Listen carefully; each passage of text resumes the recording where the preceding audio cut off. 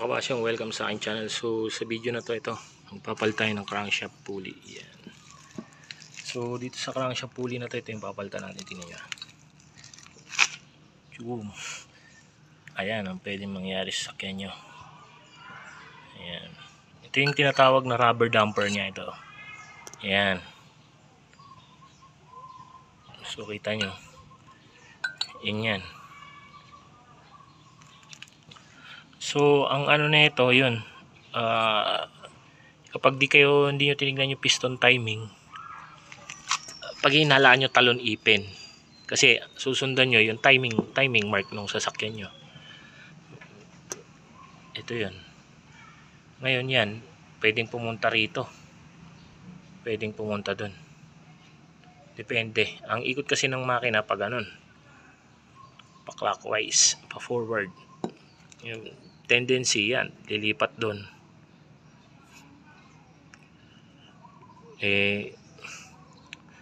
Tingnan nyo yung nangyari.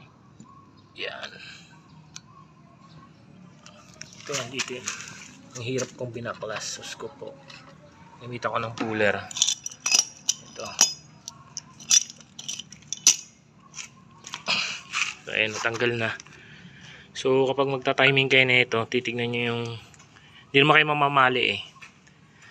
Basta itong marking kanan. Ito. Lagay nyo sa kanan. Yan. Tapos sa kanan siya. Huwag sa kaliwa. Kasi iba yung mariread nyo. Wala kayong mariread.